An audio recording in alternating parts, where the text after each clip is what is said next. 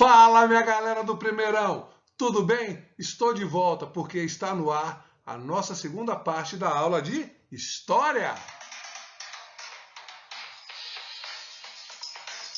E é nessa levada, nesse ritmo que nós iremos falar hoje sobre o absolutismo. Eu falei absolutismo. Coroa de rei, estamos ouvindo o rei Elvis Presley. Então é o seguinte, galera do Primeirão, papel, caneta em mãos, pois a nossa aula já vai começar. DJ, abaixa um pouquinho o som, isso, DJ, isso. Bom, senão eu vou ficar gritando e hoje é sabadão, não é dia de estar gritando, não é mesmo, Primeirão?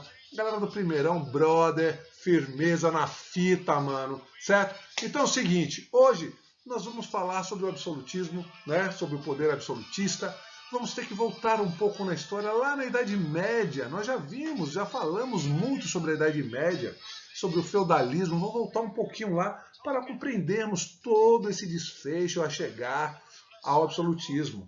Beleza? Eu pergunto para você, você que está aí, isso. Alô, Bia? Beleza, Bia? O que é um Estado absolutista? O que seria? Alguém poderia me falar? Outra coisa, qual é a classe, a nova classe social que irá surgir agora? Qual seria? O que o feudalismo tem a ver com a concentração do poder na mão do rei? Quais são os estados nacionais? E por que modernos? Calma, que tudo isso nós iremos poder responder após ao final dessa aula, certo? Ao final da aula, vocês poderão responder todas essas questões. Então, prepara, se acomoda aí, que eu já estou voltando. DJ, é com você, solta o som.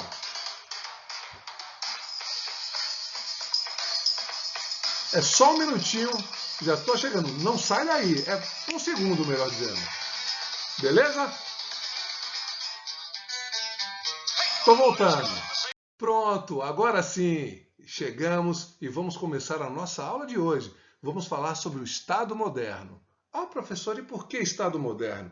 O Estado moderno surgiu a partir da fragmentação, da queda, né? Do fim do feudalismo, do sistema feudal. E da consequente fortalecimento do poder do rei. Professor, então já estou começando a entender. O feudalismo não deu certo. Por quê? Porque nós vimos já no final, o campo já não é mais a cereja do bolo. E sim, vão ser as cidades, vão surgir as feiras, vão surgir as corporações de ofício, as ligas. Lembram disso? Pois bem, dessa forma a cidade vai ser a cereja do bolo, o comércio, as feiras, etc. Pois bem, e entre os séculos XI e XV, foi na França, na Inglaterra, na Espanha e em Portugal que percebemos as formações dos estados modernos, assim dizendo o melhor dos países. Então uma transição da Idade Média para a moderna. Vamos aí, beleza? Então vem comigo. Pois bem, a formação dos estados modernos, galera.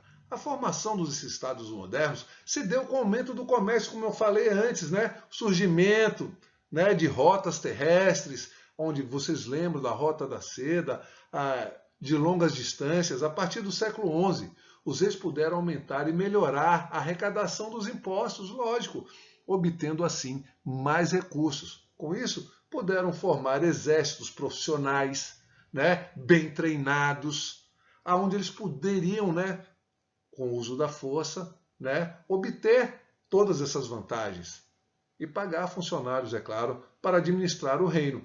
Aí que surge a classe social que eu falei. Me diga uma coisa, vocês lembram lá na Idade Média que eu falei quem seriam aquelas pessoas que viviam ao redor dos castelos? Aí um me disse lá na sala, eu lembro, ainda presencial, eu não sei se foi Patrick, não lembro quem foi, mas alguém falou burgos. Isso mesmo, os burgos, que vão dar origem aos burgueses. Então pensa aqui comigo, os burgos, que são os burgueses, né? São comerciantes. E por que eles ficavam ao redor do castelo? Pela segurança. Mas iam ficar de graça? Não. Eles tinham que dar uma parte para o rei. Então é o seguinte, era aquela aliança. O rei, deixa eu pegar a caneta preta aqui, o rei, e aqui vamos dizer que são os burgueses. O rei daria segurança com seus soldados, em troca, os burgueses dariam uma parte em dinheiro. Troca de segurança por dinheiro, fariam uma aliança entre a burguesia e o rei. Beleza? Vamos lá. Estados modernos ou estados nacionais? Surgiram do fortalecimento do poder do rei. Ah, professor, então me diga uma coisa. A igreja perdeu o poder? Perdeu o poder. A nobreza perdeu o poder? Perdeu o poder. Ó, professor, e como a nobreza perdeu o poder? Gente, através de conflitos, de guerras e dinheiros mal investidos, né? Então é o seguinte, a nobreza começa a perder a sua força e vai ter que acatar todas as decisões do rei, ainda vai solicitar que elas não paguem impostos, que tem algumas vantagens, né? Pois bem, vejam. O rei ganha o apoio da burguesia, que eram os grandes comerciantes, né? A burguesia paga com dinheiro e o rei paga com proteção. Exemplo, para a burguesia não era legal ficar pagando impostos para os nobres, né? Não era legal também porque às vezes até os próprios nobres mandavam roubar as mercadorias, né, dos burgueses e depois pediam resgate, né? Pois bem, e parte da nobreza dos senhores feudais. Então, então vamos voltar aqui. Estados modernos ou nacionais surgiram do fortalecimento do poder do rei, apoiado pela burguesia e uma parte da nobreza. Por quê? Porque essa parte da nobreza não vai ter mais outra solução a do que não se render e apoiar ao rei, beleza? Comigo essa aliança entre a burguesia e o rei. Então vou pegar aqui canetas diferentes. A burguesia está de azul, o rei está de preto. Eles vão fazer uma aliança. Por quê? Porque a burguesia, que é a caneta azul, alô, aqui, a burguesia viu que só com o Estado unificado ela poderia ganhar mais. Então ela vai doar dinheiro, fazer empréstimos, né? Ajudar o rei. Como eu falei, que o rei precisava ter uma moeda e precisava ter um exército forte, né? Pois bem, então vejam, essa aliança entre rei e burguesia, ela vai acontecer. Vejam, como eu falei para vocês, lá na Idade Média, a burguesia viu que, né, velho, eram muitos impostos que eram cobrados, o clero cobrava imposto, né? Então vejam só.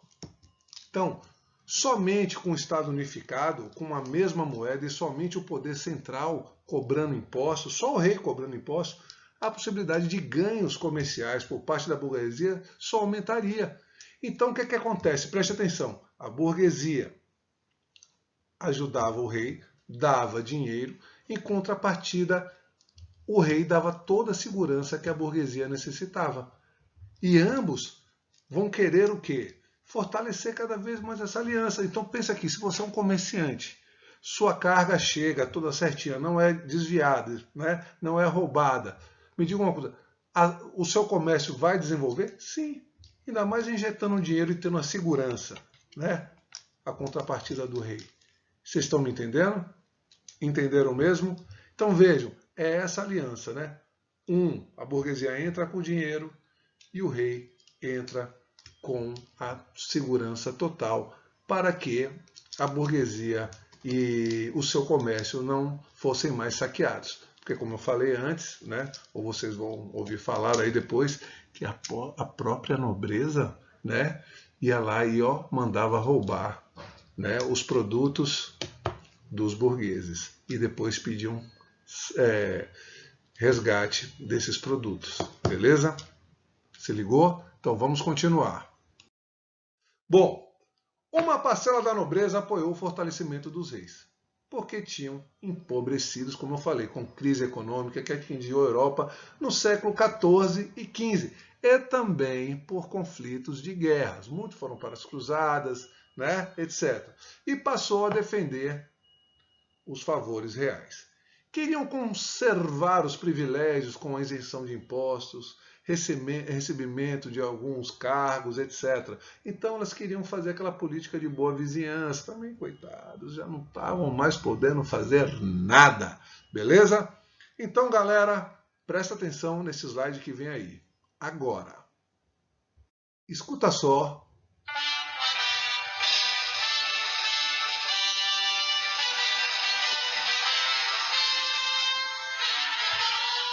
Então, Inglaterra, no século XI, Guilherme o Conquistador. O Conquistador, meninas! Guilherme o Conquistador invadiu e conquistou o território referente à Inglaterra. Então, vai ser chamado de Guilherme I, ganha o título de Guilherme I. Aqui uma ilustração e aqui um mapinha, o território, né? O que era o Reino Unido, a Grã-Bretanha. Então vejam, Guilherme I, dinastia normanda. Dinastia, para quem não sabe, é quando uma família, né, detém o poder político e econômico daquela região por um determinado tempo. Beleza? Vamos dar sequência. Como rei, Guilherme I exigiu todos os nobres prestassem juramento e fidelidade a ele. Lógico, ele vai dar mole para, né, de repente, conspirarem contra o rei. Dividiu os territórios em condados. Olha que magnífico, dividiu em condados, né, para condes, e nomeou funcionários reais para administrá-los. Compartilhou, né? Além disso, proibiu os conflitos entre nobres. Para quê? Não pode ter conflito. No meu reino, não. No reino de Guilherme I, não pode. Bom, outro nome importante no período foi Henrique II, governo de 1154 a 1189, que acelerou o processo de fortalecimento do poder real, exigindo que todas as questões do reino fossem julgadas, olha para isso, por tribunais reais e não mais pelos nobres. Se ligou? Tribunais reais. Então, eram os reis que iriam decidir, não mais os nobres. Coitado dos nobres, né? Cada vez perdendo prestígio e perdendo poder. Bom, Ricardo Coração de Leal governou de 1189 a 1199. Seu filho e sucessor passou a maior parte de seu reinado lutando nas cruzadas. Beleza? Foi lutando. Então, Ricardo Coração de Leão e seu filho. Então, aqui eu estou fazendo uma sucessão, beleza? Para vocês entenderem. A dinastia normanda, depois a gente vai chegar à dinastia dos Avis, dinastia dos Capetos e etc. Vamos lá. Bom, João Sem Terra governou de... Olha o nome do cara, João Sem Terra. Governou de 1199 a 1216. Irmão de Ricardo, aquele que nós vimos anteriormente, que ficou governando no lugar do irmão até a sua morte. Após a sua morte, envolveu-se em inúmeros conflitos e acabou perdendo parte do seu território e da família, né? Dos territórios da família. Para custear os gastos militares, João determinou sucessivos aumentos de impostos. Me diga uma coisa, alguém gosta de imposto? Ninguém. Quando fala o pai, aumentou a gasolina, aumentou o bujão de gás, aumentou o preço do pão, a mãe já grita, bem, não é? Ninguém gosta de aumento de impostos. Pois bem, fato que fez com que a nobreza e o clero se revoltassem. Então ninguém gosta de impostos. Diante de tantas manifestações contrárias, foi obrigado a assinar a Magna Carta. Aqui, ó, o documento, a Magna Carta, assina aqui, papai. A Magna Carta, a lei maior. Presta atenção. Magna Carta, documento assinado em 1215 que limitou o poder dos monarcas da Inglaterra. Estamos na Inglaterra. Ou seja, especialmente do rei João, que assinou impedindo assim o exercício do seu poder absoluto. Segundo os termos da Magna Carta, João deveria renunciar a certos direitos e respeitar determinados procedimentos legais, bem como reconhecer que a vontade do rei estaria sujeita à lei.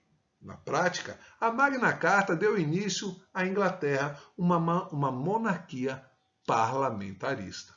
Isso nós veremos lá no segundão, nas revoluções inglesas. Vocês viram esse assunto no 8º ano. Beleza? Tranquilo? Seguimos. Pois bem, vamos lá. Aqui é o rei João Sem Terra assinando, né? Foi fazer coisa errada, foi querer fazer do seu jeito, teve que assinar a Magna Carta. E aí, balbal o poder absolutista. Pois bem, veja só, e agora vai chegar o filho dele, Henrique III, filho de João Sem Terra, que ordenou cobrança de mais impostos. Olha, vai botar mais impostos. Então a nobreza não vai gostar nada disso. E aí vai se reivindicar, né? Vai chegar, opa, aqui não, aqui não, aqui não. E vai contra o rei. Assim, Vossa Majestade vai ser obrigado a fazer alguns acordos, né?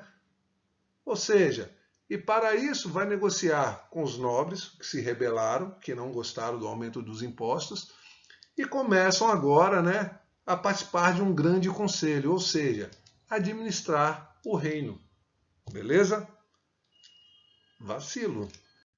Bom, em 1265, o Grande Conselho, né, o Grande Conselho é o parlamento, certo? Onde ficam, né, os parlamentares, lógico, né, os parlamentares que vão decidir sobre várias questões. Então vejam, passou a se chamar do Grande Conselho de Parlamento.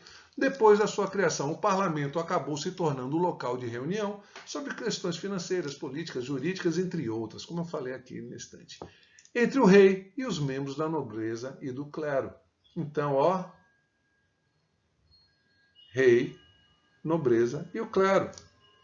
Se liga só nesse slide. Vejam que a partir da década de 1330, né, o parlamento irá se dividir gradativamente em duas partes.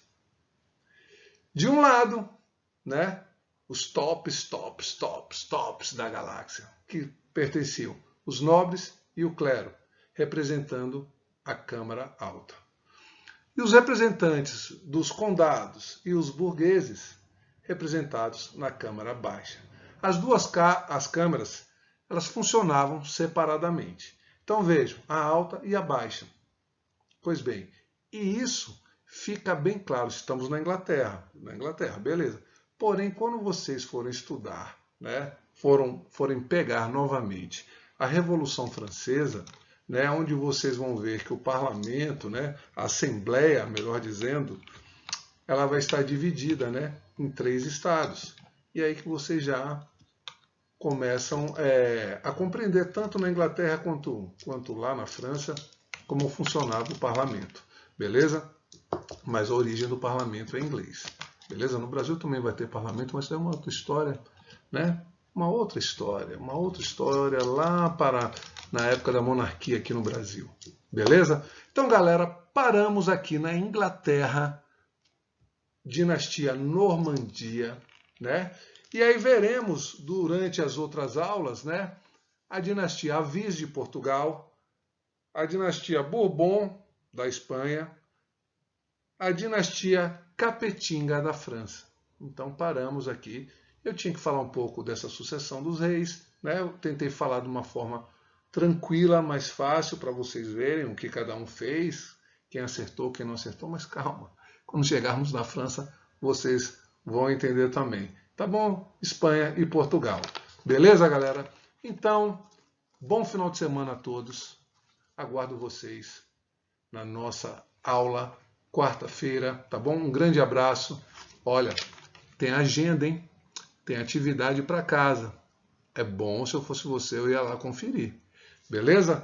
Então, tamo junto sempre. Não esqueçam disso. Começamos o absolutismo, né? Começamos essa monarquia absolutista. É bom entender, como vocês viram no primeiro vídeo, que foi a introdução.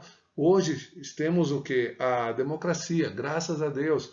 Ninguém gosta, né, de ter um poder absolutista, né? Um pai absolutista, uma mãe absolutista. Tem que ser assim, porque tem que ser assim, eu quero, eu mando, eu quero assim. Ninguém gosta.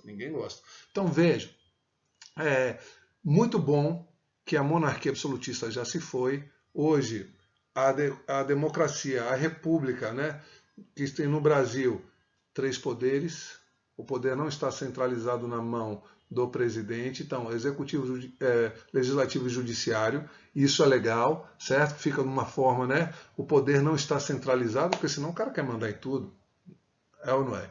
Então, vejam só, então, por isso, eu paro aqui e voltamos na próxima aula certo? Eu peço à produção, alô produção, estão me escutando? Então solta o som, vamos acabar em clima da realeza. Vamos lá? Isso. Então, primeirão, até quarta-feira. Um beijo. Professor André Tavares. Falamos de Inglaterra, vamos acabar ao som dos Beatles.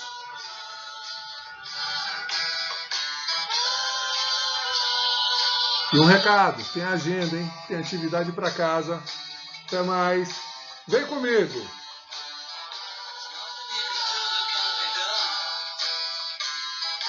Bom final de semana.